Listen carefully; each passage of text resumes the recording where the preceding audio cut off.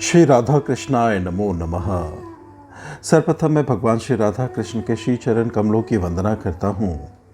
आप सभी भक्त श्रोता जनों को भी सादर नमस्कार करता हूँ। ग्रंथ श्री श्री राधा रस सुधा निधि से आज हम उस अध्याय का श्रवण करेंगे जिसका शीर्षक है रास की पुकार, जिस ग्रंथ में इस प्रकार से वर्णित है। मधुर वीणा गान विद्या की निधि स्वरूपा करेंद्र के साथ वन में सम्मिलित मदोन्मत करणी की तरह सुंदर गति विशिष्टा श्री राधा मनोहर वेणु मार्प वीणा की तरह पंचम स्वर से संगीत पैदा करने वाले प्रियतम श्री कृष्ण के साथ यमुना तीर पर कब जा मिलेंगी। रह रहकर श्रीपाद की स्फुरन धारा प्रवाहित है। स्फूर्ति में स्वयं की कोई चेष्टा नहीं, वह स्वाभाविक है। जब स्वरूप से उत्पन्न आकांक्षा जगती है तब माया का संशय नहीं रहता। माइक संस्कार निर्मूल होकर नित्य संस्कार क्रमश बद्धमूल होने लगते हैं। धीरे धीरे स्वामिनी के रूप गुण लीलादि का ध्यान स्वाभाविक हो जाता है। ध्यान करते करते हृदय जब परिपक्व हो जाता है तब स्फूर्ति आती है। राग साधक के भजनांग लीलादि का श्रवण कीर्तन ध्यान आदि अभिष्ट के नाम संकीर्तन द्वारा उज्ज्वलतर होकर उसे शीघ्र ही स्फूर्ति के राज्य में ले जाते हैं। शील गोस्वामी पादों ने यह अवस्था शीघ्र प्राप्त करने के लिए श्री राधा की रूप गुण लीला माधुरी के स्वाभाविक उद्दीपमय स्थान श्री वृंदावन का ही आश्रय लेने का उपदेश दिया है। प्रजा श्रेष्ठ साधक को श्रीमती के रूप गुण आदि के अनुभव के लिए लालायित होना होगा। तुम्हारे आश्रितों को परमानंद प्राप्त होता है, मेरा दुर्दैव मैं कुछ नहीं पा रहा। हे वृंदावटवी, तुम्हारे बीच युगल कहाँ खेल रहे हैं, बता दो। पुकार रहा हूँ पर उत्तर नहीं, कैसे तृप्त होऊंगा। विरही साधक में उन्माद के लक्षण प्रकट होंगे। सहसा विद्युत की तरह स्वामिनी का स्मरण होगा, तभी आश्वास। श्रीपाद को श्लोक में रसारंभ का मधुर स्मरण होता है। स्वर्ण लीला मुकुटमणि है श्री रासलीला। रासलीला के समुज्वल रस में भगवान स्वयं आत्महारा है। नहीं जाने स्मृति रासे मनों में कृदश भवे, श्री भगवान ने कहा है। रासलीला की बात याद आने पर मेरे मन प्राण जाने कैसे करने लगते हैं, बता नहीं सकता। उद्धव जी बोले, श्री हरि की चमत्कार राशि को भी बढ़ाने वाला रासलीला रस मेरे हृदय में अनिर्वर्णीय विस्मय पैदा कर रहा है। रासलीला भक्त और भगवान दोनों के ही अंतस में विस्मय का संपादन जगाती है। सम्यक कसार वासना कृष्णेन रसलीला, रसलीला वासनाते राधिका श्रृंखला, ताहा बिनु रासलीला नाही भाए चिते। तभी रासेश्वरी श्री राधा के आह्वान हेतु आज रास रसिक के अभिनव परिपाटी के साथ वेणुनाथ शुरू किया है। जो आज वंशी पर वीणा के पंचम स्वर में आलाप कर रहे हैं, वंशी पर वीणा के स्वर का आलाप क्यों? उत्तर में बोले, प्रियन स वीणाया मधुर गान विद्या निधि। जो प्रियतम श्याम सुंदर के मधुर वेणु गायन के साथ वीणा गायन के विद्या निधि स्वरूपा है। रास विलास में रासेश्वरी को आह्वान करने का यह एक अपूर्व संकेत है। नृत्य गीत का महामहोत्सव ही रासलीला है। वृंदावन के अतिरिक्त अन्य धामों में रास नहीं होता और वृंदावन में भी मधुर गायन की विद्या निधि श्री राधा के आविर्भाव के बिना रास नहीं।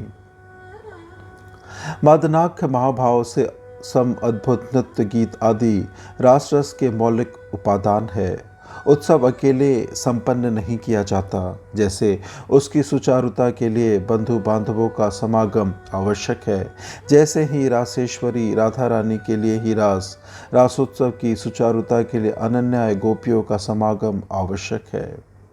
आज के वेणु से वीणा का स्वर निकलकर रासेश्वरी के चित्त में रास विहारी के साथ वीणाओं का मधुर उद्दीपन और विपुल लालसा जगाकर उन्हें रासस्थली की ओर आकर्षित कर रहा है।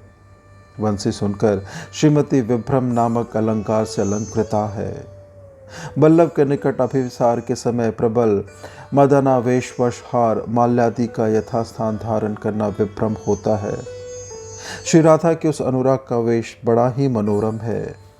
ललिता जी श्री राधा जी से बोली, हे सखी, आज तो तुम्हारे जूड़े में नील रत्नों का हार, कुंचों पर कुवकलियों का गर्भ का हार, विनयास अंग पर अंजन और आंखों में कसूरी देख रही हूँ। लगता है कृष्ण के अभिसार संभ्रम के पीछे तुम संसार को ही भूल गई हो। ऐसे मनोरम अनुराग साज से सुसज्जित हो, परम आवेग से भरकर श्रीमती यमुना पुलिन पर श्याम सुंदर से मिलने के लिए चली जा रही है। किंकरी के रूप में श्रीपाद श्रीमती के साथ छाया की तरह लगे हुए हैं। श्री राधा की गति भंगिमा देखकर लगता है जैसे करेंद्र से मिलने की आकांक्षा में मदोन्मत्त करनी हथनी चली जा रही है। इस रूपक से श्रीमती की गति माधुरी और श्याम मिलन की उत्कंठा स्पष्ट की गई है। श्रीमती परमोत्कंठा से भरी यमुना पुलिन पर वंशी वादन पारायण रास रसिक श्री श्याम सुंदर से आ मिली है। प्रियेन सह, जो कोटि कोटि प्राणों से भी अधिक प्रिय है, जिन्हें अंतर निरंतर चाहता है, जिन्हें पाने के लिए समस्त विश्व को यहाँ तक कि प्राणों को भी तुच्छ कर दिया है, उन्हीं प्राणनाथ के साथ मधुर मिलन। तभी तो इस मिलन माधुरी के वर्णन में महाजन ने अनवद प्रेम का आलेख प्रस्तुत किया है। किए शुभ दर्शने उलसित लोचने, दुहु दोहा हेरी मुख छादे, त्रिशत चातक नव जल धरे मिलल, भुखिल चकोर चरु चांदे, आए नयने दुहु चाहनी आ नहीं भाती, रासेर आवेश दुहु अंगे हेला हेली, विछरु दुख संगति। प्रिय एवं वर्णीय भवती, यह सुपरिचित सत्य है। स्नेहमयी जननी को अपनी कदा का संतान का मुख देखकर जो आनंद मिलता है वह चंद्र दर्शन से नहीं, कारण इस संतान के प्रति उसकी जो प्रियता है वह चंद्रमा के प्रति नहीं। प्रियता प्रीतिमान की दृष्टि में असुंदर को भी सुंदर बना देती है। जहाँ सौंदर्य और प्रियता की पराकाष्ठा होगी वहाँ मिलन आनंद ऐसा ही सरस एवं मधुर होगा, ये कहना ही पर्याप्त है। प्रियतम श्याम सुंदर के साथ वृषभानुजा के मिलन पर भानुजा परमानंद से उच्छलित है। स्थावर जंगम पुलकित है। यमुना तट पर गजराज करनी की तरह स्वच्छंद विहार। श्याम सुंदर वंशी बजा रहे हैं। वीणा की मधुर गान, विद्यानिधि श्री राधा कवीणा गायन श्याम सुंदर के वंशी रब को दबाकर अपूर्व माधुर्य का विस्तार कर रहा है। किंकरी सेवा करते हुए लीला रस का मधुर आस्वादन प्राप्त कर धन्य हो रही है। स्वरूपाविष्ट साधक की स्मृति में यह रसवादन पाकर धन्य होते हैं। मुझ जैसे जीव के लिए देहावेश बाधा है, वह मन को अभिष्ट के चरणों से अन्यत्र ले जाता है।